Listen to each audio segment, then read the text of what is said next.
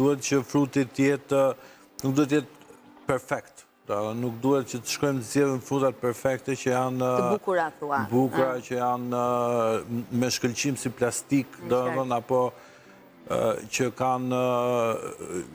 janë pa prekura fare, do të thonë duhet të shohim gjejmë ato që janë pak më të shtremta, që ndoshta kanë ndonjë shenjë krimbi, apo që kanë lëkurën pak më të plasaritur. Këto janë më të sigurta. Gjithashtu, një mënyrë tjetër për të zgjedhur saktë është që gjithmonë të marrim produktet e stinës. Do të thonë, nëse merr produktin e stinës, ke një siguri më tepër, sepse askush nuk investon tek produkti i stinës, pasi të gjithë janë kushtet barabarta.